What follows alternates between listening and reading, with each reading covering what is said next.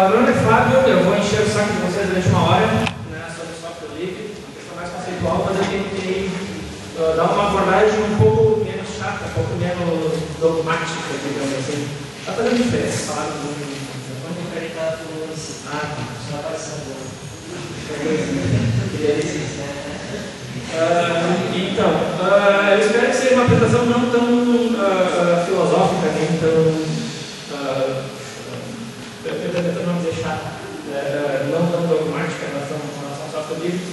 Então, a gente vai ver um pouco sobre o que é exatamente o software livre, né, o que isso implica, mas principalmente uma questão, eu quero tentar colocar, contextualizar o software livre na história da indústria de software, da indústria da computação, e falar outras coisas sobre o fato de que desenvolver software livre é uma forma natural de desenvolver software, não é nada novo, né, não é nada diferente.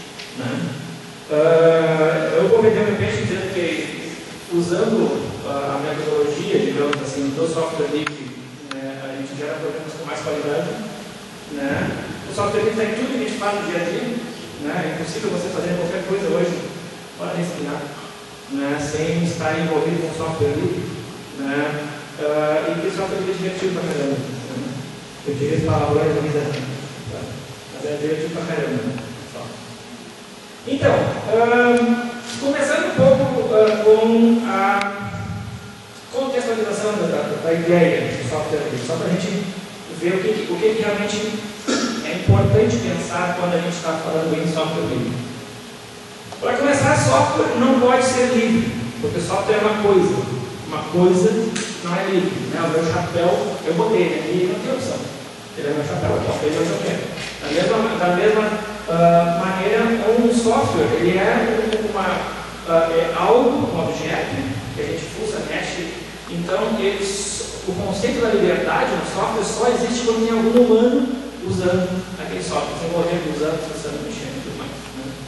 Então, o software ele se assemelha, quando a gente escreve um software, ele se assemelha à produção de um livro, né? Se assemelha à produção literária, tanto que software é escrito uma linguagem, não é português, uma linguagem de programação, né? E ele é passível de direito autoral. Né? Então, o software tem um autor, e este autor tem o poder de dizer como uma certa cópia desse trabalho vai ser distribuído. Quando a gente compra um livro, né, na primeira página do livro lá faz que todos os direitos reservados, você não pode copiar, não pode emprestar, não pode usar embaixo da mesa para calçar, não pode fazer nada que não seja só tu ler o livro. Né? Ou seja, isso é um direito autoral, né, mostrando que tu não pode fazer algumas coisas. Né? Então, aquela parte do livro que fala todos os direitos reservados, aquilo lá é uma licença de distribuição, tanto quanto a gente tem licenças de distribuição em software. Né? Tem software que a gente recebe de forma binária, a gente paga e recebe uma cópia, né, em forma binária, que é o mais comum, digamos assim. No mercado comercial de software é o mais comum, né? E o que acontece? O que tu tem? Tu não tem aquele software, uma cópia que tu tem. Não houve custo na geração daquela cópia. Houve custo na geração do software como um todo. Mas a partir daí as cópias não têm custo nenhum. Então, na verdade, o que tu está pagando é o direito de uso daquela cópia e a licença de uso do software comercial, geralmente, ela serve para quê? Para negar as liberdades que tu teria em outros casos. Né? Poderia copiar o software se não dissesse na licença que tu não pode. Tu poderia fuçar no software e melhorar aquele software, ou estudar aquele software, se não dissesse na licença que tu não pode. Quando a maioria de vocês compra um computador já vem com Windows, né, que é o PC televisão. Né? Tu compra já tem a Globo, as porcarias que a gente vê no computador, né, através do Windows sempre. Né? E vocês provavelmente nem sabem, nem pensam na ideia de que ao ligar e continuar usando o Windows, vocês estão implicitamente aceitando a licença de distribuição daquela cópia do Windows que veio de dentro. Né? E se vocês pararem para dar uma olhada, vocês vão ver que vocês não podem fazer nada com aquela cópia. Aquela cópia é uma cópia só para uso em computadores e tal. Por que isso tem que ser dito na licença? Porque, em princípio, é um direito inalienável do ser humano que tu tens liberdade de usar a coisa como tu quiser. Se esse chapéu é meu e eu quiser sentar em cima dele, beleza. Amassar, eu faço o que eu quero com ele. Se eu quiser abrir ele, esmiuçar, mexer e tudo mais, para ver como é que ele é feito, né? Eu posso fazer isso. Eu tenho direito de fazer isso, eu tenho direito de ter um chapéu, eu faço o que eu quero. Né? Agora, quando eu compro um livro, por exemplo, eu estou já implicitamente aceitando, por exemplo, que eu não posso fazer cópia, né? Que eu não posso publicar uma versão melhorada daquele livro. Né? Se eu quiser corrigir uma série de erros ou expandir algumas coisas e publicar a minha versão melhorada, eu não posso. Eu teria liberdade de fazer isso se a licença de distribuição do software ou do livro não me tirasse esse direito. Né? Então, acho que o ponto mais importante que a gente tem que pensar é exatamente isso. A licença, ela especifica direitos ou liberdades que são respeitados, porque tu já tem eles antes, tu já tinha esses direitos, essa liberdade, e essa liberdade vai ser respeitada ou negada. Ou seja, às vezes, geralmente tu compra um software e aquele software vem com todas as liberdades negadas. Tu só pode fazer lá no computador usado. Mais nada. A gente aprende estudando a ética, para resumir que em poucas palavras, a ética é basicamente o respeito à liberdade do próximo, que ela dá a história de que a minha liberdade vai até onde começa a liberdade do outro. O reconhecimento de que existe o eu e existe o outro e que a gente tem que conviver e que os dois têm liberdades iguais. Né? O direito autoral, na verdade, já é uma força contrária. O direito autoral é um poder que se dá ao autor de uma obra de restringir a liberdade dos outros.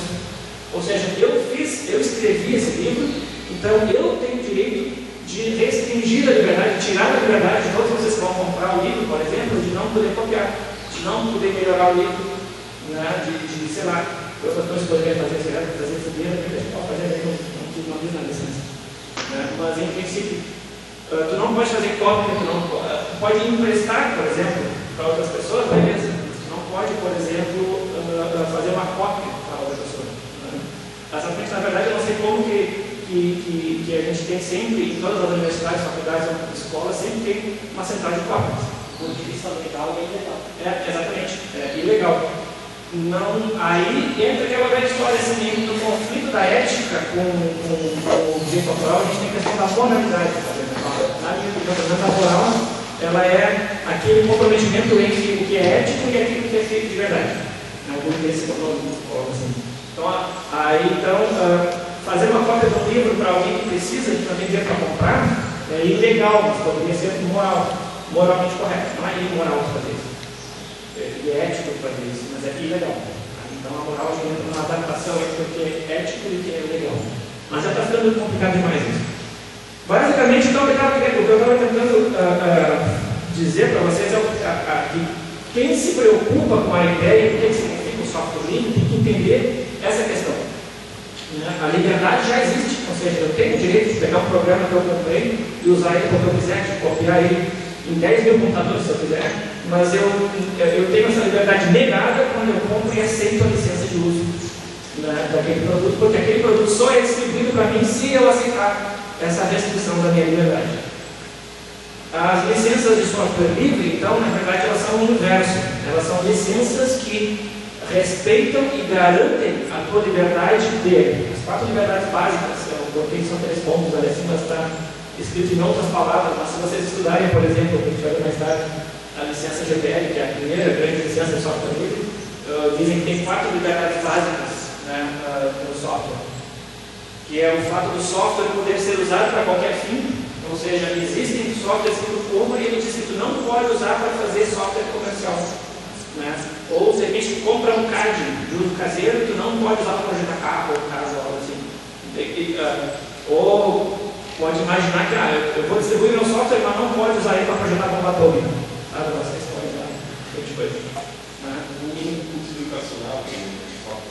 Tipo, só pode ser usado de forma educacional, se for comercial não pode. Né? Então, a primeira liberdade que você tem com o software é usar o que tu quiser fazer.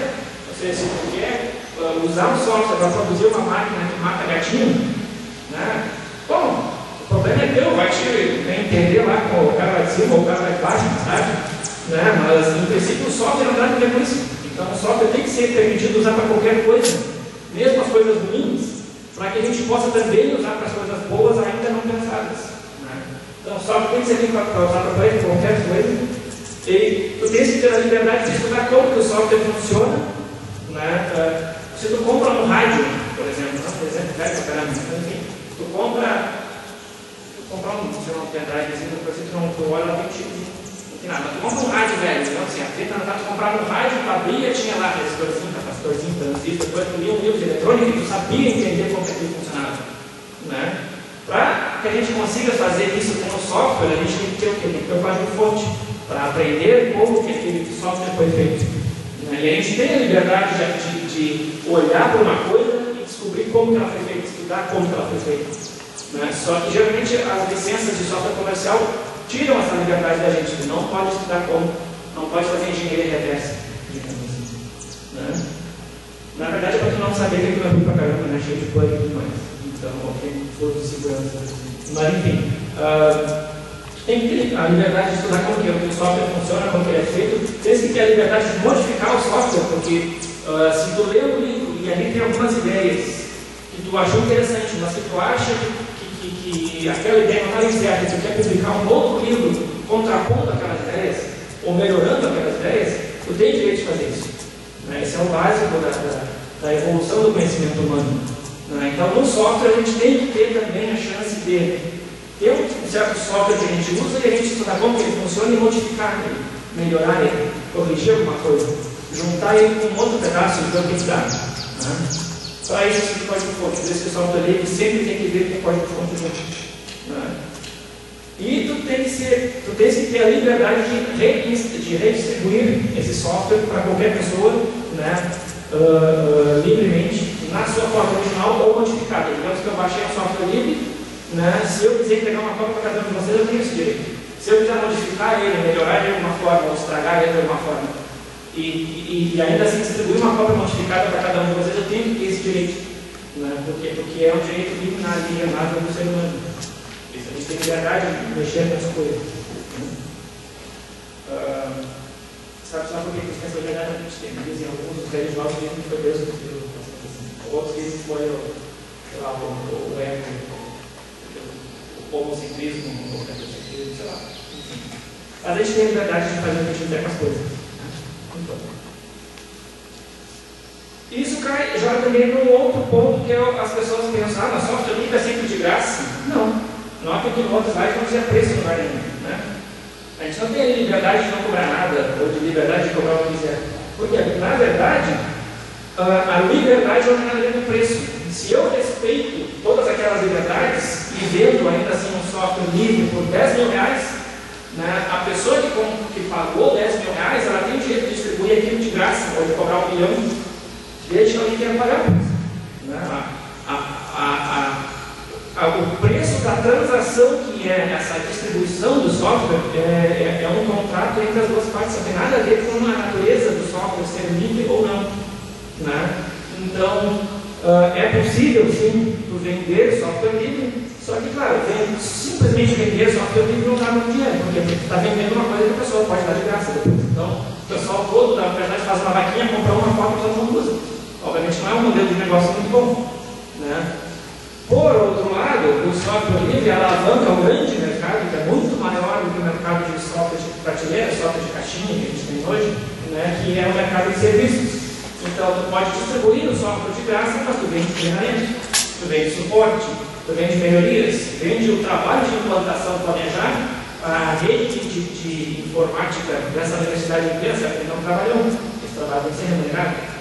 Então, tu pode implantar software livre em tudo aqui, o software vai ser de graça, mas o trabalho de implantação, de planejamento, de como vai ser feito, isso tem um custo e isso é perfeitamente possível que tu cobre, bem cobrado para fazer. Ou até a personalização, a pessoa que manja bem de desenvolvimento, ela vai no cliente, o cliente tem uma certa necessidade e a pessoa, e tu volta com aqueles requisitos, não adianta a agenda lá e tal, tipo, pensa, como é que vai implementar esse negócio?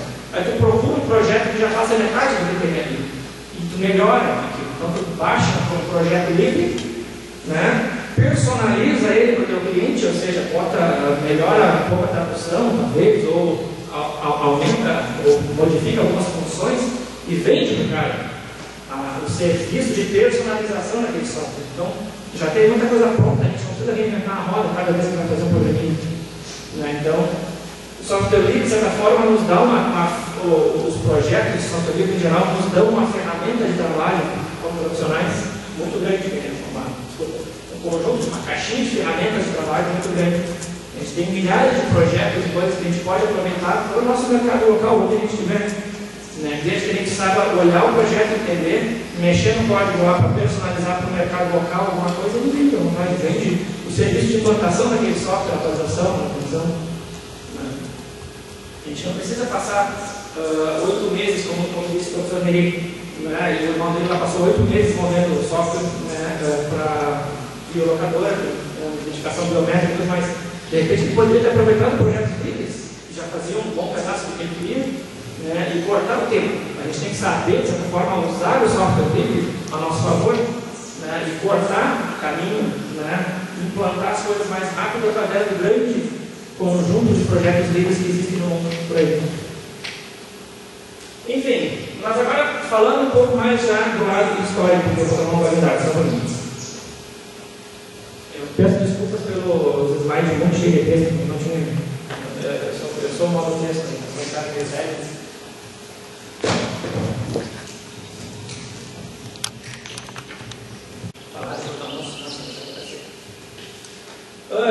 A gente falou um pouco na questão do livre, né, do conjunto software livre. Agora vamos falar da questão do software. Quando começou o mercado de software? Né, provavelmente nenhum de nós era nascido em 1955, quando foi fundada a primeira empresa de software do mundo. Eu esqueci o nome, eu li ontem, esqueci. Mas enfim, a Wikipédia sabe bem lá o linkzinho no final da apresentação. E pensem o que era software em 1955, gente. Pelo amor de Deus, o computador era do tamanho de alguém, talvez. Né? Um monte de válvula, um monte de fio, sei lá o que era, um monte de coisa. Né? Programar naquela época era basicamente juntar fio, era para cartão, assim. Então, não havia um mercado de software de uso geral como a gente tem hoje. Não havia gente que pensasse assim, na minha empresa tem um computador lá, eu vou dar uma fuçada. Fuçar? Se tu não tivesse lá uns 3 ou 4 títulos depois do teu nome, tu não chegava nem perto do computador.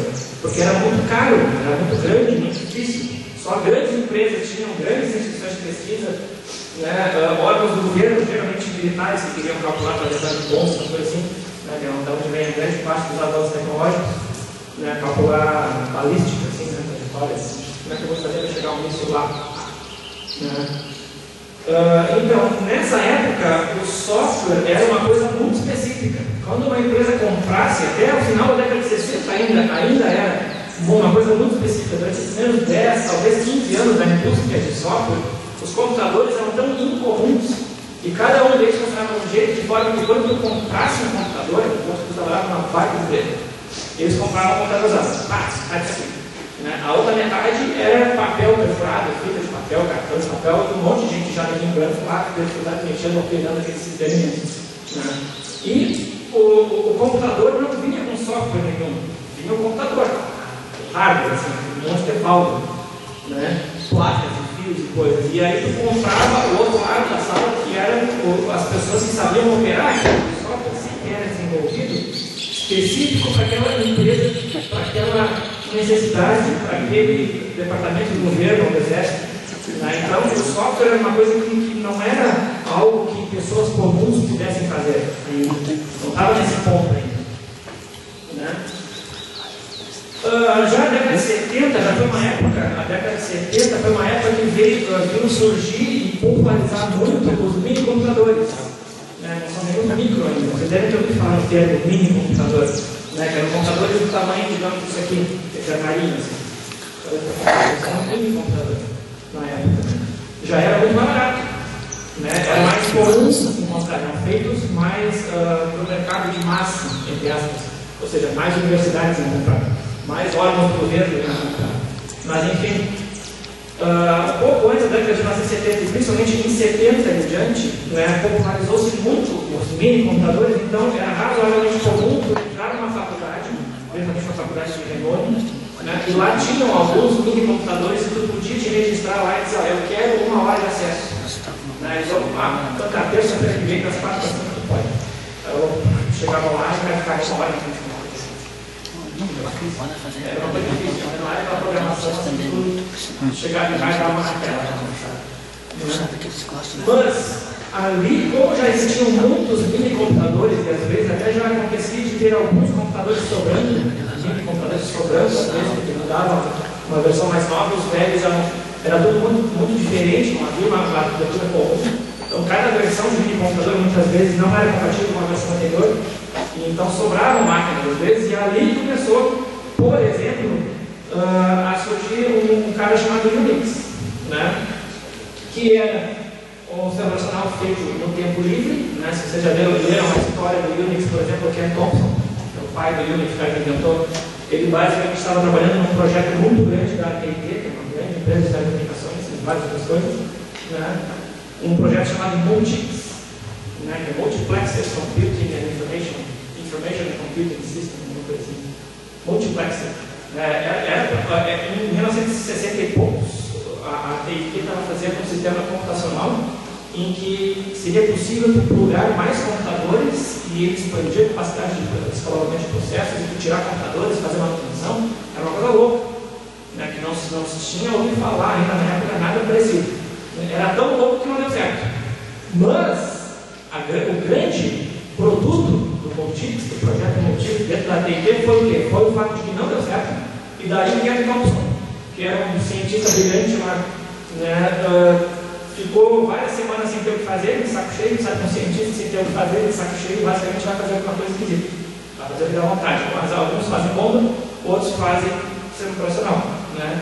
Então o Ken Thompson pensou assim, pô, mas o Multics era uma coisa muito louca, mas tinha umas ideias legais, né? Eu vou implementar o básico aqui daquelas ideias legais e vamos ver onde que isso vai dar.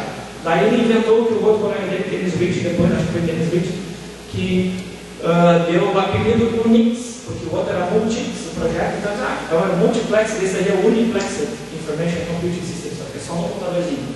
E aí o fez um sistema operacional de brincadeira, que era o Unix, né, para rodar melhor um joguinho que ele estava fazendo, clicando um joguinho de nave espacial lá e tudo mais, isso é verídico, né? E dessa brincadeira dele, assim, um cara muito bom, em cima, ele tinha um mini computadorzinho que estava sobrando lá no canto que ninguém queria usar, e então vou pegar esse aqui e vou implementar nele. Ele começou a implementar essas ideias e tudo mais, e deu certo, virou um sistema operacional, né, extremamente poderoso, extremamente interessante. O Dennis Rich inventou a linguagem C, básica, né, que eu atendi pessoalmente pela quantidade de coisas que eles inventaram, né, assim como a Xerox, por exemplo. Né, e aí eu inventou a linguagem C e eles pensaram, Nath, linguagem C, porque o Unix era feito em assembly, tudo era feito em assembly naquela época. Né. E o cara pensou, se a gente programar o Unix, reprogramar ele em C, vai dar para a gente compilar ele para todas as máquinas, vamos ver o que acontece com isso. Né. Para que isso aconteça, eu tenho que ter um código-fonte. Né, já começa ali a ideia de que para um desenvolvimento de software realmente criativo e produtivo acontecer, você tem que ter um código-fonte. Aí o outro lá inventou a linguagem C, antes já tinha feito a D, antes da D tinha a BCPL, né? A linguagem D era interpretada, a linguagem C era compilada. Aí quando foi para fazer uma próxima linguagem depois do C, ninguém sabia se era para ser a linguagem D, a sequência, né, B, C, D, ou se era derivado da BCPL, então seria P. Aí o Bjorn trouxe tudo lá e falou, então vai ser mais. Né? Eu não gosto de ser mais, na verdade, C tá bom. Mas enfim, eles reinventaram o Unix em C e saíram compilando para todas as maquininhas que tinha lá e foi dando certo. E aí começou a surgir a ideia de que os computadores, embora fossem diferentes, poderiam ter sistemas operacionais padronizados. Sistemas operacionais que funcionassem, né, da mesma maneira. Nessa época também, na década de 70, os computadores começaram a vir com software instalado. Antes que comprava, vinha carcaça. Né? Ligava e acendia uma luzinha. Mas nada. Não dava para ver YouTube, Twitter, nada. E aí, então, na década de 70, começou a aparecer os primeiros computadores que eu ligava e eles faziam alguma coisa. Tirando da caixa. Eu ligava ele na tomada, tirava da caixa, ligava na tomada, pum, apareceu um cursorzinho piscando lá, um ok, alguma coisa, tu podia sair programando. Na verdade, eu ainda acho que quem nasceu nessa época teve a chance de conhecer os computadores que tu ligava e saía programando. Né? Porque não tinha outra coisa para fazer, saía programando em basic, os microcomputadores de 8 bits. Né?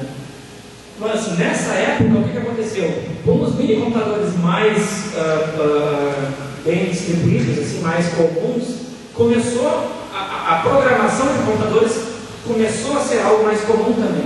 Então as pessoas que trabalhavam nessas instituições que tinham vários microcomputadores já começaram a trocar programas entre si. Cara, eu fiz um programa da análise espacial aqui, mas está dando um erro na hora do chefão da segunda fase, nem eu consigo passar, o programa não consigo passar com ele. Aí as pessoas programavam junto.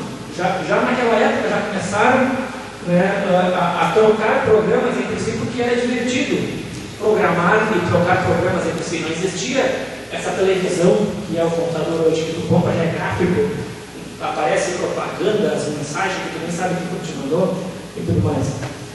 Né? E nessa época também surgiu daí, pelo lado mais institucional, digamos assim, né, os mini-computadores, Unix, linguagem C, e começaram a trocar programas. Na década de 70, no meio da década de 70, não sei se para quem vocês colocaram, por exemplo, na camiseta, né, onde está a frase lá do Steve Jobs, em 75, o Steve Jobs estava trabalhando junto com o Steve Wozniak para fazer o Apple I, o primeiro computadorzinho lá, com 62 chipzinhos que eles faziam e tudo mais, e o Apple I, o grande negócio dele era o quê?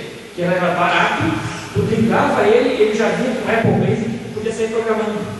Então, esse computador, desde o início, sempre foi divertido em programar, em pulsar a máquina, fazer a máquina fazer alguma coisa por nós, né? Mandar a máquina, né? Não ela mandar na gente, né? Com o surgimento dos microcomputadores, né? O mercado de massa fez com que pessoas comuns como nós começassem a programar também.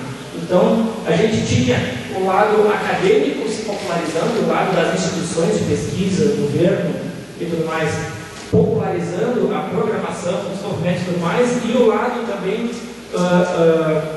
pessoal, a computação pessoal também, o pessoal desenvolvendo programas, distribuindo programas entre si, né? Na minha época, por exemplo, eu ia para a praia no verão, eu não tinha que levar meu computadorzinho lá de 8 bits, né? Então, na televisão. Aí eu levava um caderno, eu tinha ideia de, vou fazer um programa de tal coisa. Eu pegava e anotava, programava um caderno. Quando eu voltava da praia lá e tudo mais, eu sentava naquele computador, né, e escrevia os programinhas para testar e ver se dava certo aquilo que eu fazia. Né? Nessa época, a gente, eu e meus amigos que também tinham computador, algo assim, a gente fazia o quê? A gente fazia um programa legal e levava na casa do outro para mostrar. Levava a fita cassete, né, na casa do outro, carrega esse programa aqui, pô. Né? E aí eu fazia um gráfico bonitinho, tocava uma musiquinha, alguma coisa assim, e era uma coisa legal, tipo, olha, eu fiz o computador fazer isso, entende? E, então era natural para nós pulsar na máquina e compartilhar isso com os amigos. Então um colega meu que viu um programa meu, ele pegou meu código, mexeu e fez uma musiquinha diferente.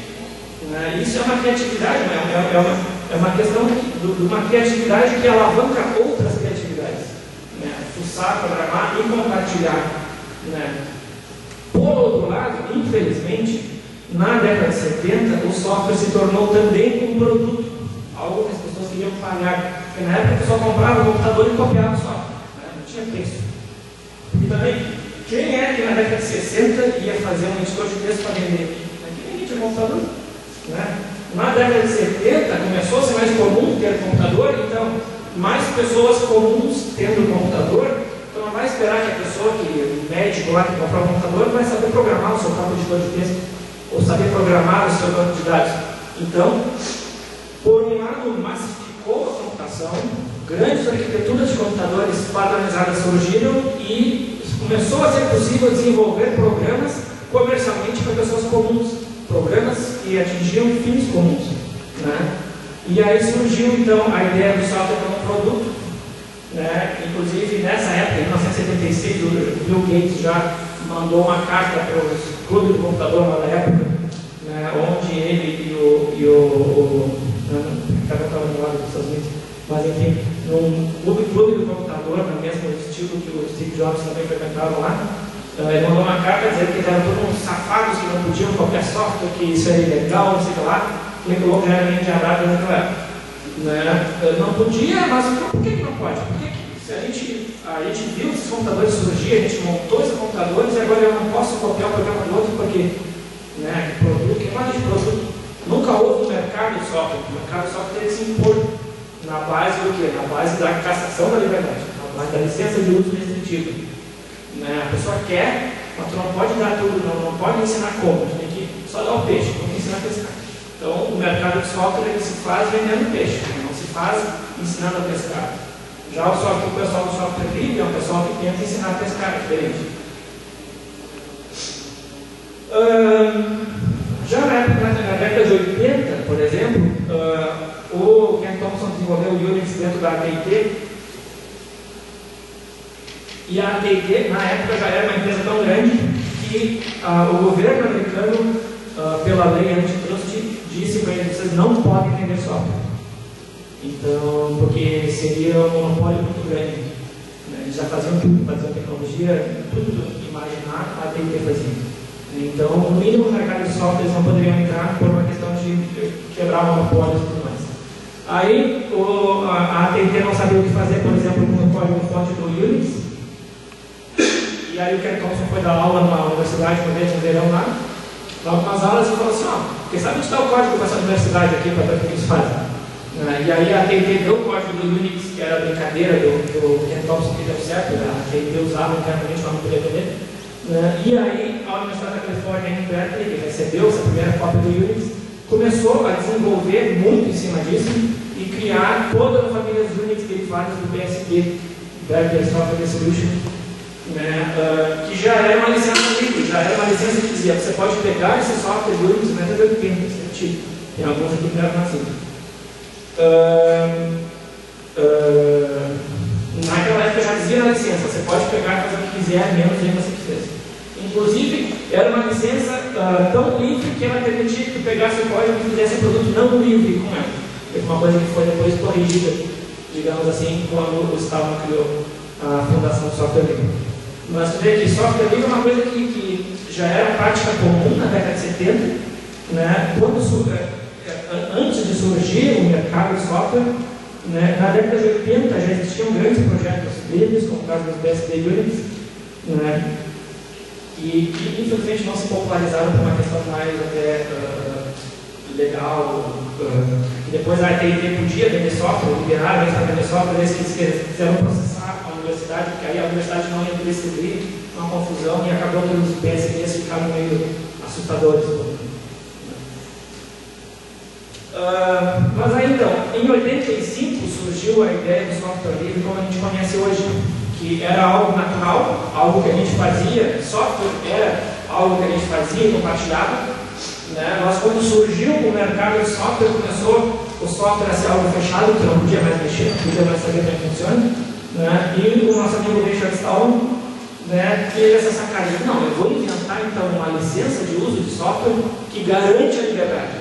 Ou seja, o outro recebe uma cópia e ele não pode fazer o que ele quiser no software, menos deixar de ser livre. Então, uma vez que aí ele fundou a Free Software Foundation em 1985, né? Criou o projeto Blue, que era um projeto que ia, começando pelo mundo Unix, que se tornou fechado, ele estava substituindo, pelas beiradas, substituindo todos os programas do Unix por programas livres, né, que eram melhores, e criou essa licença chamada GPL, que é a licença mais comum do software livre, né, que é uma licença que respeita e garante, né, as liberdades básicas de uso. Né. E aí então surgiu, em 85, surgiu a ideia do software livre como um conceito, como algo juridicamente válido, né, uma ideia, uma licença específica e tudo mais. Mas isso tudo não seria necessário, talvez, né, se não fosse o mercado de software ter adotado, né, as estratégias de desenvolver uma vez e vender milhões de cópias, não foi? O que fez a Microsoft, por exemplo?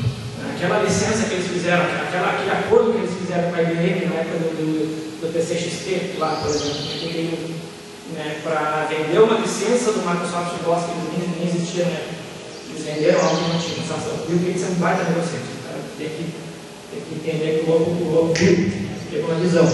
Ele falou: vai vender pra caramba esse negócio, eu vou colocar a minha taxa no imposto, que era o DOS. Né? Então, tu pagava lá $300, tu sabia quanto por XTzão, $30, $40 daquilo era uma licença do Microsoft DOS, que eles foram correndo lá e compraram outro cara, botaram o nome deles e venderam. Porque eles já para IBM. Foi fantástico, a ideia do cara. E aí o que acontece? Vendia milhões de PC, ele teve algum trabalho depois disso, depois que ele comprou o DR-DOS, claro, né, não lembro o nome da Seattle Computer, né? E aí colocou o nome dele, era uma mexidinha lá e colocaram o nome deles e venderam a cópia lá, né, a master, digamos assim, para ele. Qual foi o trabalho dele depois disso? Nada. Bem como o professor Neri falou, né? O software é a única coisa que, se tu enxerga o software como produto, tu desenvolve, depois tu passa a vida inteira vendendo sem fazer nada, só vende. Por quê? Porque é a mesma. Né? O trabalho para ali e depois é só o trabalho de copiar. Né? O mundo do software não enxerga as coisas dessa forma. Por quê? Porque programar não é pecado, não é ilegal nem imoral. Né? Compartilhar programas é uma coisa natural. Né? E deve ser possível a gente ter a liberdade de usar um computador simplesmente com um software livre que eu posso usar, mexer, sem ter que pagar nada para ninguém, sem ter que usar um software que eu não tenho como fuçar, mexer. Né? Hoje em dia o computador não vem nem com linguagem de programação mais. Teve uma época que a gente comprava um computador, a primeira coisa que a gente fazia era sair programando em Basic. Até para carregar um joguinho, era na base do comando. Para carregar, a gente saber o payload, as quantas casas, a casa do meu MSX lá, que eu fiz. Né? Hoje em dia não tem mais. Né? O mercado de massa transformou o computador em televisão. Compra ali, sintoniza na Globo, ali, né? Agora é o Facebook, a novela atual é o Facebook. Né? Globo, Twitter, né? Você vai mais já começa a aparecer tanta propaganda, tanta coisa ali que tu. Aquela vez, olha que outra coisa que o Neri falou, que também se parece com o professor Neri, passou o mundo da computação, eu acho que é possível não fazer referência. Né? Tu começa a trabalhar no início da manhã e é tanta coisa que tu vê ali, e-mail, mensagem, vídeo, etc e tal, tu nem sabe o que tu fez. Quando vê meio-dia, você não fez nada. Não é que tu não fez nada, tu fez todas as coisas erradas. Tudo aquilo que tu não tinha ter feito, tu fez. Aquilo que tu queria ter feito, tu não fez. Por quê? Porque tu liga o computador, já começa a aparecer propaganda, mensagem, né? Nossa equipe né? Essas coisas assim. Né? E então, o computador hoje, de certa forma, nossa relação, nós como profissionais de computação, a gente tem que romper a casca do ovo, de certa forma, né? Quebrar essa casquinha e perceber que o computador, para nós, não pode ser televisão. A gente não pode fazer só aquilo que os outros fazem. Esse é mercado de massa, isso não é nem informática, não é nem computação. É entretenimento. Informática para o mercado de massa é entretenimento. Né? Para nós, o divertido tem que ser o quê? Tem que ser investigar, buscar, programar, mexer. Né? É um desafio intelectual. Né? E nada impede que a gente faça isso entre amigos, compartilhando e tudo mais. Né? Uma analogia que a gente pode fazer com futebol. Né? Você tem que pagar licença para jogar futebol? E não, né? A gente pode comprar uma bola. Quando vocês compram uma bola, né? Vem uma licença na bola dizendo para quem você pode passar a bola, quem pode chutar, qual tipo de chuteiro. Ou se só vocês podem jogar, mas eu não vou jogar bola sozinho. Né? Não, para mim jogar futebol precisa de uma bola. Né? Eu posso jogar com meus amigos? Posso. Não tenho que pagar mais, nem licença, nem coisa nenhuma para jogar bola com meus amigos. Porque a bola eu jogo com quem eu quiser. Né? Como é que eu melhoro jogando futebol? Como é que eu fico bom jogando futebol? Jogando mais futebol. Bastante futebol. Né? Se tu quer ser jogador de futebol, começa a jogar com os amigos, começa a jogar pelado no campinho atrás da igreja. Né? Mas mais tarde tu vai jogar na quadra lá onde tiver um ginásio, uma coisa assim, vai jogar no colégio, vai jogar na faculdade, sei lá, jogando também não passa faculdade. Mas enfim, tu vai jogar em algum lugar apropriado depois, né? Tu começou onde? Começou fuçando na bola, fuçando na grama, vendo a cor da grama. Né? Tem uns que vão lá e comem o cacuzinho para ver se é bom chutar a bola lá em cima, para ver como é que é. Né? Se tu formar um time de amigos, esse time de amigos ficar bom pra caramba, tu pode jogar um campeonato citadino, de repente, campeonato da cidade, nada ali. O que te impede disso? Né? E aonde eu quero chegar com essa diversão maluca? Né? Se, imagine que vocês gostam muito de futebol, né? Vocês estão jogando todo dia direto lá depois do colégio e tudo mais, né? E o que vocês precisam? O que diferencia você do jogador profissional? É a infraestrutura, basicamente. Né? O cara gosta de jogar bola, lá pela Santa vai estar jogando dentro do time que tem um ginásio, tem um preparador técnico, né? Que tem o campo, digamos, tem o vestiário, tem sala para exercícios especializados, né? Desenvolvimento de musculação, etc. E, tal, né? E aí lá ele vai ter uma infraestrutura perfeita para jogar e desenvolver melhor ainda, né? o jogo dele. O computador é a mesma coisa. O que tu precisa para programar um computador é o computador só. né? Então, tu pode jogar com seus amigos, ou digo, programar com seus amigos, pode. Tu vai treinar com a gurizada e tu vai programar melhor, depois disso tu vai trocar ideia com as pessoas, né? E se tu quiser, hoje em dia vocês têm a infraestrutura perfeita para jogar futebol, digo, para programar no computador, né, que é a internet. E todos os milhares de projetos de software livre que vem por aí há 15 anos ou mais sendo desenvolvidos. Né, basicamente funciona assim, ó, tu imagina que tu cria lá, cria um programa legal, né? O programa ficou bem bacana, não sei lá o que faz o programa dele, mas é legal. Né? Daí ele achou divertido, pô, bota o código dele no blog dele lá. Né? Daqui a algumas horas o Google acha indexa, um cara em Manaus acha, baixa o código, funciona, manda um patch para ele. Ele diz, pô, agora eu botei mais um botão lá que faz mais uma outra coisa legal, porque eu não sei o que é, mas faz coisas legais. E nessa escolha ele, pô, esse cara é interessado, o cara manja, mandou um patchzinho que é uma fonte de melhorias legais. Né? Daí tu faz uma nova versão. Né? Aí tu resolve então colocar isso em um repositório no Git público, lá no GitHub, por exemplo, né? Que é no próprio, na outra palestra. Né? Vocês colocam isso lá no GitHub, por exemplo. Aí o mundo inteiro acha o software de vocês e começa a mandar melhorias. Né? E tu te torna um programador melhor por causa disso, por quê? Porque tu vai estar trabalhando com pessoas que têm outras experiências, que têm outras formas de ver as coisas, que melhorias que vão vir do teu código, que tu nem imaginava que era possível. Aí tu olha lá, o logo te manda uma modificação, tu hoje, pô, que baita sacada, esse logo entende bem. Né? E aí tu melhora, porque tu está jogando com os amigos, tu está fuçando, tu está praticando no dia a dia. Então quem trabalha com software livre tem uma prática de desenvolvimento constante, né, que torna essa pessoa muito melhor programadora, desenvolvedora, muito melhor tecnologista, né, do que quem não se envolve com software livre e acaba ficando só no mundo dos produtos fechados, treinamento fechado, só dentro da tecnologia, programming, etc. A gente pode já deve estar estudando o tempo também, então a gente passa um pouco disso que eu já estava comentando, que basicamente hoje em dia dentro da internet não precisa mais não, precisa nem teus amigos, programa. Né? Aqui na época, na década de 80, eu precisava de um grupo de amigos, porque eu estou lá grisinho, né, programando, como é que eu ia trocar programa em 87, 88? Não existia isso. Né? Então, se os meus amigos vão programar, assim era só eu. Né? Ainda bem que tinham 2 ou 3 mais interessados. Né?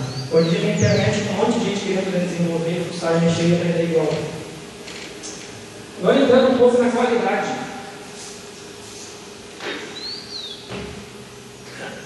Para começar, antes de entrar no assunto, vamos fazer um exercício. Levanta a mão quem costuma ver de vez em quando os Nova Total sábado de noite. Isso, alguns. Tá. Agora vocês aproveitam que a mão está levantada assim, bate. Tá. Por quê? Porque, pelo amor de Deus, gente, perda de tempo. Né? Perda de tempo. Né? Vocês imaginam assim, ó, vocês conhecem vocês sabem de algum escritor bom, algum grande escritor de livros, que não tenha lido livro nenhum antes, ou que passe o tempo na frente da televisão sem ler livros. Só quem lê bastante sabe escrever bem. Né? A pessoa que para ser um escritor bom tem que ler centenas de livros. Né? E vocês estão aí vendo Nova Total. Eu estou tentando ler, cara. Minhas filhinhas não deixam, eu estou tentando ler. Alguma coisa para me tornar uma pessoa melhor. Né? Tá, eles vão cantar uma olhadinha. Mas, pelo menos assim, tentem alternar os fins de semana. Né? Um sábado de noite eu vejo a nossa porcaria, outro sábado eu estudo, leio algum livro bom. Né? Porque, da mesma maneira que um escritor bom, um programador bom é um cara que não apenas escreveu muito código, mas ele leu muito código. E, basicamente, os projetos de software livre na internet afora são o quê? São uma biblioteca pronta para chegar lá e aprender tudo. Tudo que vocês quiserem aprender tem algum projeto livre. O Fedora 16 agora vem com mais, que já existia antes, mas o Fedora 16 tem mais programas, mais pacotes de software para análise genética, mapeamento do genoma humano. Né? O que é isso? Né? Tem algum cientista maluco que faz, e usa o Fedora. Se vocês se interessarem por biogenética, saber o quê? Né? Vocês podem instalar um Fedora e funcionar nisso. Porque tem gente que faz, os cientistas lá desenvolve o programa e distribui como software livre. E a gente instala no nosso programinha e fica olhando aquele ponto de presença e usar.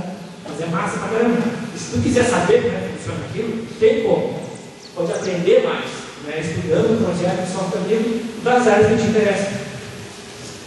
Código de boa qualidade é um estilo que se aprende, é uma coisa, a pessoa que faz um programa bem feito é um estilo.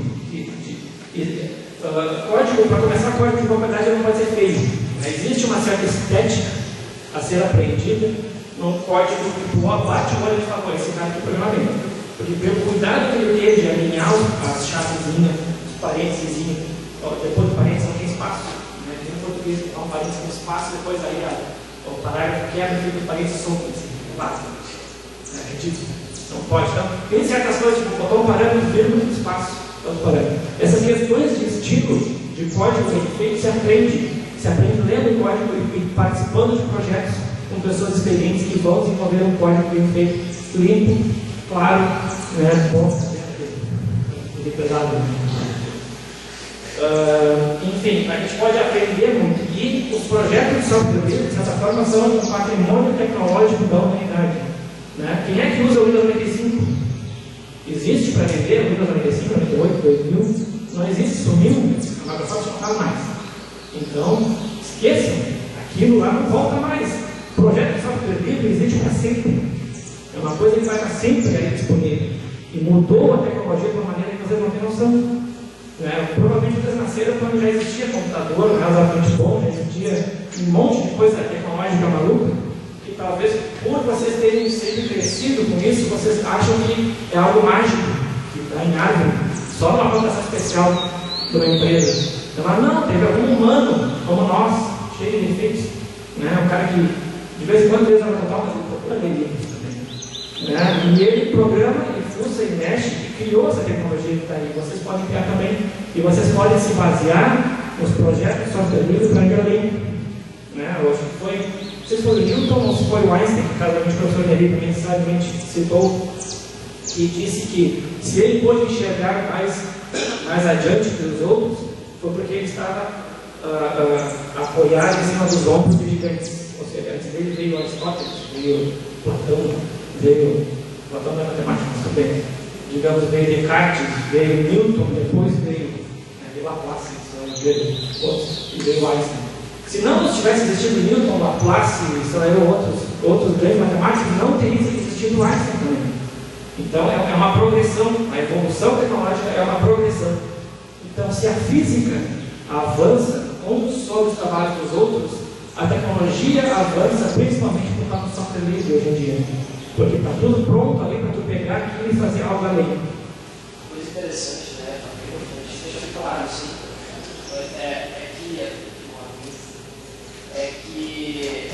quando coloca patrimônio da humanidade, é importante entender o que as pessoas fazem, assim, é normal essa confusão, que software livre é software livre público, não é. Isso foi o erro da BSD, inclusive, porque foi que quando licenciado o software sobre o BSD, aquele software virava um software livre público. Então, uma diferença que parece pequena, mas é imensa entre os dois. Exatamente, o software livre pode fazer quase tudo mesmo que o que fez. E não transformar em um livro. Exatamente, não pode uma coisa que a BSD permite. Exatamente. Então, isso é importante que se diga, E tem o autor. Exatamente. O software sempre tem o copyright, Sim, exatamente. Tem o autor está dizendo. O autor está dizendo que pode ser distribuído livremente. Erros mudar de ser. É a grande história é uma rixa, de argumentação, digamos assim, que existe entre os defensores do BSD, que é mais livre que a GPL, porque ela permite não ser livre. Ou tem gente que acha que a GPL é mais livre porque obriga a ser livre. É meio confuso, mas de certa forma é bom que exista esse conflito para que a gente pense a respeito. Mas enfim, software livre é patrimônio tecnológico da humanidade, ou seja, nunca vai embora. A primeira versão do Linux está disponível ainda. As primeiras versões do Unix estão disponíveis ainda em código-fonte, que a gente roda em simulador de máquina, por PDS ou PDP-11 até hoje. Existem computadores que não existem mais, porque são velhos demais, mas tem gente que cria emulador para aquele computador e roda o sistema operacional antigo, para entender como é que era feito, e o simulador do computador que não existe mais. E ele faz isso por quê? Porque existe código-fonte. E a pessoa pode pegar o código-fonte, mexer, estudar e usar. E a tecnologia avança, inventando e reinventando as coisas. Por quê? Porque tu pode pegar e aprender como é que é feito. Se o software vai ler, tu não pode, e não existe crescimento tecnológico Só vai existir o crescimento do quê? Daquilo que for economicamente viável ou interessante para alguém. E aí já não interessa tão bem assim. Né? Certamente, Pitágoras, quando ele pensou lá na hipotenusa ou algo assim, né, ele não estava preocupado com quanto ele ia licenciar ou A2 igual a B2 mais C2. Né? Nem o Guilherme Bhaskara lá não pensou não. Quanto ele ia cobrar para licenciar? Né? Olha, eu te dou uma versão free aqui que calcula só uma raiz da equação de segundo grau. Né? Se tu pagar $50, eu te dou a versão que calcula as duas raízes. Né? Bhaskara real. É a versão free, que é grátis. E é limitado. Exatamente. E não é livre, tem muita coisa que é free. Tá? Infelizmente, no inglês a gente tem esse conceito de free software que a pessoa acha que é de graça. Mas não. Graças a Deus em português, livre não significa de graça, não tem nada a ver com isso. Até no mundo inteiro está se usando hoje em dia a Libre em espanhol, que é bastante comum tanto quanto em inglês. Né? Por quê? Porque não tem o problema da tradução do free. As pessoas acham que é de graça. Porque dá software de graça, a Adobe dá o Flash de graça. Mas vai lá mexer, consegue mexer no Flash? Não. Ela trouxe o trava da browser, o trava da máquina, e aí vem um vírus no Flash. E tu pode fazer alguma coisa para melhorar? Não. Ele é um binário gratuito, não é livre. Né? Graças a Deus agora na Adobe existiu o Flash. Né? A internet vai funcionar melhor. Né? Capaz é que menos spam chega. De alguma maneira vai ter que um spam. Enfim, eu não faço ideia, Jackson. Como controle do próximo, então controle. Outra coisa divertida e interessante com relação à qualidade do software livre é que quem aqui na hora de terminar um projeto nunca fez uma gambiarra. Sempre tem uma gambiarrazinha, né? Aquele algoritmo que não está muito certo, mas juncha ele até ele funcionar. Né? No software fechado é comum isso acontecer porque aqui ninguém pode. Se ele funcionar, funcionou, beleza. Né? Passou nos testes unitários e testes de casos de uso, beleza, então bota para vender. Né? Já no caso do software livre, código ruim não entra. Por quê? Porque o código está disponível para todo mundo que está desenvolvendo o mesmo projeto, e aí alguém manda um troço que é legal, mas muito mal feito, não entra. Os caras vão dizer, não, a tua ideia foi boa, mas faz um código que é decente, porque tem um bug aqui, tem um user interface ali, tu vaza a memória ali, né? Tem um ponteiro maluco que tu pegou da onde, né? E tudo isso num projeto de software livre é evidente, porque a contribuição está no código-fonte, né? E a reputação do desenvolvedor de software livre depende diretamente da qualidade do software. Se ele faz software ruim, se ele faz um código ruim, não entra no projeto. As pessoas dizem, não, esse código é ruim, não vai entrar, porque não interessa a funcionalidade, não interessa a qualidade do código. Então, teve uma ideia boa, mas implementou mal, então, beleza, a ideia foi boa, volta, esse patch aí tem um monte de erro, essa tua modificação tem um monte de erro, vai corrigir os erros para depois entrar, né, no projeto. Então, acaba que os projetos são uma meritocracia, ou seja, se tu tem mérito, se a tua ideia se sustenta por ti mesma e não pelo teu PhD, não interessa teu nome, não interessa teus títulos, tua formação. Se a tua ideia é boa, ela é uma ideia boa, independente de quem disse. Né? Da mesma maneira, código. Hoje em dia, com o uso do Git, né, a gente tem uma capacidade sem precedentes de manutenção da integridade e rastreabilidade do código, ou seja, o kernel do Linux hoje em dia. Cada linha de código a gente sabe quem foi que mexeu nos últimos vários anos, desde que começou a ser mexido no Git. Né? Então, se tu entre uma versão e outra, tu tem 1000 patches, 1000 modificações de código entre uma versão e outra, e tinha uma coisa que funcionava antes e não funciona agora, a gente consegue rapidamente, verificando essas modificações, esses registros de modificações, achar qual foi a modificação que causou o erro. Então, a gente vai ver depois. Você tem 1000 patches, 1000 modificações no Linux, por exemplo, com 10 testes a gente acha onde que o problema acha precisamente, obrigatoriamente, vai achar, né, qual foi a modificação que causou o problema. Isso é uma coisa que só o proprietário nem sempre tem. Né? Hoje em dia, até talvez todo mundo use. Principalmente só que tem um bot, não tem uma coisa de versão, não tem nada. Né? E aí, tipo, o cliente acha uma funcionalidade que tu achava que ninguém usava, mas o cara usa. E aí eu tipo, instalei a versão nova do teu programa aqui e não está funcionando tal coisa. Tipo, o cara diz isso, eu não testei. Eu achei que ninguém usava. Né? Só projeto de software livre, né, num determinado tamanho, tem gente desenvolvendo 24 horas por dia. Tu faz uma contribuição, manda, vai dormir, um cara na Austrália, acorda e testa, fuça, mexe, aí um cara, ele vai dormir, um cara na Europa começa a mexer, e quando tu acorda e vai sai trabalhar no outro dia, já tem um monte de críticas e melhorias, um monte de modificações naquilo que tu fez, porque tu foi dormir, mas tem um que está acordando agora, porque já acordou, né? E aí, então, é praticamente impossível para uma empresa, principalmente de pequeno porte, ou mesmo para empresas de grande porte, é muito caro tentar competir com a quantidade de programadores e desenvolvedores e a cobertura de fusos horários que um projeto de software livre grande tem. Como indicador de versão, não sei qual a ferramenta que fala com vocês, se não tem para eles perguntar a ferramenta de tráfego de versão, poderia citar algum nome? O mais comum até alguns anos atrás era CDS, né, ou depois o Subverso. E hoje em dia Git está dominando tudo. Git, mais uma grande sacada por Linus Torvalds. O cara foi cara fora, sem mais falar. Ele pensava, porque durante anos e anos o Linus Torvalds desenvolvia o Linux na base do e-mail com patch e coisa assim. Ele era o controle de versão. Ele não gostava de nenhum outro, até que ele se emputeceu, encheu o saco de não, eu vou fazer um bom agora. Aí pá, Git. E inclusive ele chamava, vocês só ser ruim. É o Stupid Content Tracker, que ele chamava Git, em inglês britânico significa vagabundo, chinelão, assim, é um xingamento. Mas o Louco fez uma sacada que ele na outra palestra, que é impressionante, é criptograficamente impossível de fraudar o repositório Git. Isso é uma coisa que poucas outras tecnologias são capazes de dizer, é criptograficamente impossível de fraudar um repositório de código Git.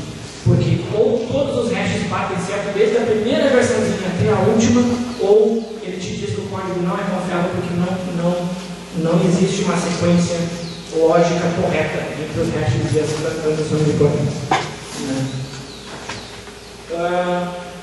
Enfim, tocando adiante porque a gente tem pouco tempo. Bom, como eu falei, o software livre tem code review constante, ou seja, você está sempre desenvolvendo com pessoas que estão revisando e olhando o código, né? E outra coisa importantíssima, projetos de software livre são testados nas mais variadas arquiteturas de hardware e software. Ou seja, a arquitetura de hardware diferente não é só Intel 32 bits e Intel 64 bits. Né? Você sabe que existe Spark, existe Power PC ou Power PDM, existe PA-RISC, existe Titanium, existe Spark, OpenSpark, Spark 64, enfim. Existem milhares de arquiteturas de hardware que ninguém ouve falar, mas que no grande mercado, no mercado das grandes empresas, existe e todo mundo conhece. Então, os projetos de software livre são testados em todas as arquiteturas de hardware que existem, geralmente. E sempre tem alguém maluco usando. Tu faz um negócio para o teu Intel aqui, e um dia alguém te responde, pô, mas tu não alinha para essa estrutura mesmo, né, Tim? Aí tu, como assim alinhar a estrutura? Pois é, eu comprei aqui no Spark e não roda o código. Não, por quê? Não, porque tu tem que fazer o acesso alinhado, né? Palavras com meus links, assim, alinha com a estrutura para não acessar a palavra. Tem coisas que tu nem estudou, às vezes na faculdade, deveria ter lido os livrinhos em casa para entender que existem arquiteturas de hardware, por exemplo, que só fazem acesso alinhado à memória, em múltiplos do tamanho do tipo de dado que está acessando. Né? E esse tipo de coisa só vai aprender funcionando livre. Hoje em dia, só vai aprender funcionando em software livre. Porque o resto do mundo é o quê? Intel. 32 ou 64 bits. E, infelizmente, rodando Windows. Mas o mundo inteiro não é só isso. Né? Existe gente tentando acessar o teu site no celular, existe gente tentando acessar o teu site numa máquina Spark. Né? E esse é a mesma família. Tudo é mais ou menos a mesma. Mas a gente aprende mais sobre a computação funcionando em software livre. Fora isso, todas as grandes empresas do mundo usam. Se você tem conta em banco, vocês já estão usando software livre. Se vocês usam Facebook, Google, Twitter, seja lá o que for, vocês estão todos usando software agora. Vocês estão respirando alguma coisa com software livre. Não tem quem não use. Grandes empresas, todas usam. Qual foi? Se vocês imaginarem, eu trabalho casualmente na Red Hat e quem foi o primeiro grande cliente da Red Hat? Foi Bank of America na Wall Street. Por quê? Porque eram empresas que estavam sempre querendo estar na vanguarda tecnológica e tu imagina, começou pelo botequinho lá do seu João, né? O cara que chutou a bala para fazer que bota sem Red Hat. Né? Não, uma empresa imensa, né? Uma bolsa de valores em Nova York, por exemplo, né? É uma empresa imensa que apostou no software livre desde o início. Por quê? Porque eles queriam estar na vanguarda tecnológica. Né? Então, de certa forma, a Red Hat hoje em dia tem até tem que elaborar uma estratégia para chegar no mercado de massa, porque ela já começou no mercado das grandes empresas, grandes bancos, FBI, NSA, governo brasileiro, as mais variadas, mas eu quis falar bonito, bonitinho, né? Vocês viram lá a CSI, todas outras séries de investigação, então chega só da FBI, a FBI usa nossa para ter NSA, aquela instituição do governo americano que eles dizem no such agency, não existe essa agência, mas e eles estão monitorando nossas ligações telefônicas. Infelizmente não software livre, mas eles usam software livre. Então talvez a real preparação para o mercado de trabalho seja vocês pulsarem em software livre, porque todo mundo usa. Facebook. Quem é que não tem? Eu não tenho Facebook, graças a Deus. Né? Mas todo mundo tem Facebook. Hoje o Facebook foi feito em tecnologias livres. Né? Google usa Linux, Python, tecnologias livres internamente. Né? Enfim, se vocês querem aprender tecnologia suficiente para entrar no mercado das grandes empresas, não é pagando mais produtos da Microsoft que você vai estar lá, ou produtos da Oracle, ou da SAP, sei lá o que. É para comprar um SAP para brincar em casa. Ah, vou instalar aqui um SAP, né, meu notebook para testar. Não existe isso. Mas todas as empresas que usam SAP hoje em dia implantam SAP, similares, aonde? No Enterprise Linux, que vocês podem instalar um Fedora e pulsar e aprender as mesmas tecnologias. A NASA usa internamente o que? Rede, como qualquer outra rede.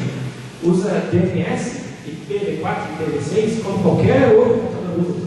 DNS, roteamento, tudo isso vocês podem instalar no computador de vocês em casa, pulsar e aprender. E depois chegar lá e dizer, eu sei fazer isso. Então está tudo pronto ali. Vocês podem se preparar para o mercado e estudar as tecnologias antes de chegar lá. Vocês podem começar, isso é uma coisa interessante.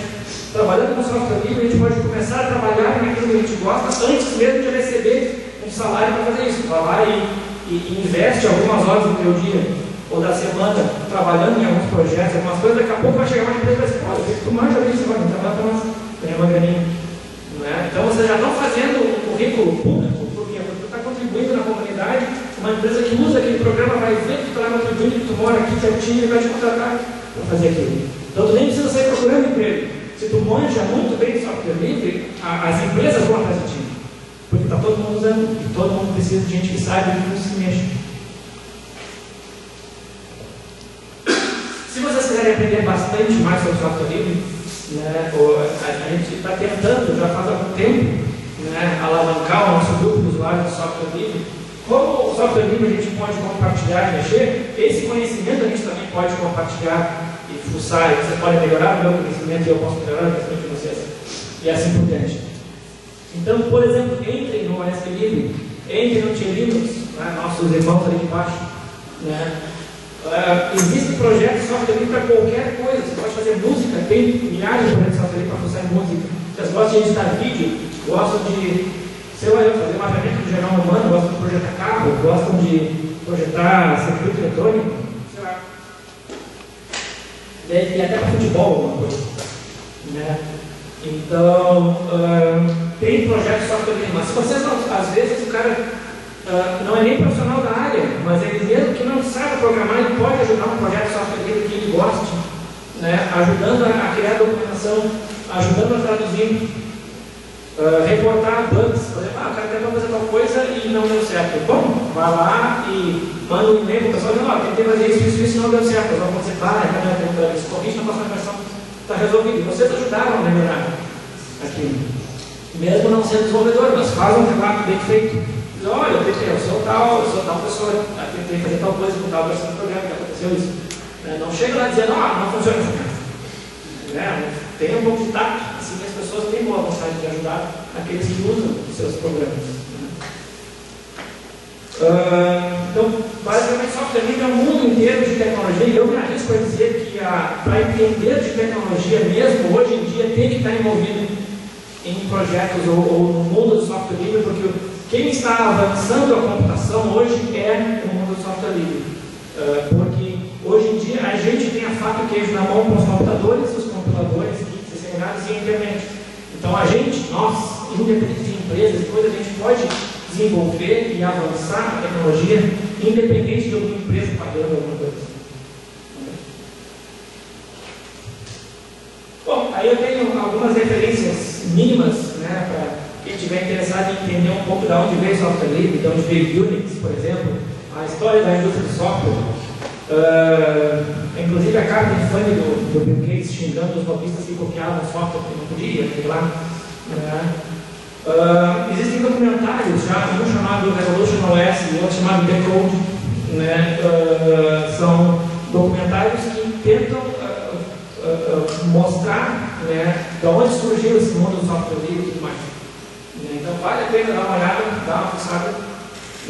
Casualmente, olha que engraçado, a Polícia Militar do Estado de Santa Catarina tem um wiki na internet, lá wiki.pm.sc.gov.br, que tem uma das páginas, é a história do Unix. Caramba, quem é que imaginar uma coisa dessa? Eu fui procurar no Google, assim, putz, onde é que vai ter uma referência boa e fácil assim para colocar ali sobre história do Unix? E sabe, uma das melhores páginas, não é tão completa assim, mas é uma das mais bem arrumadinhas, assim, está lá, completa da Polícia Militar. Onde eu nem imaginava que podia chegar e ver uns outros do Unix. Enfim. É isso, eu espero não ter estourado demais o tempo do Jackson e ter exposto para vocês o mundo inteiro que é o software livre, o que é a ideia do software livre, que é divertido pra caramba. Vale a pena se envolver e aprender mais tecnologia, precisando mexer no software livre.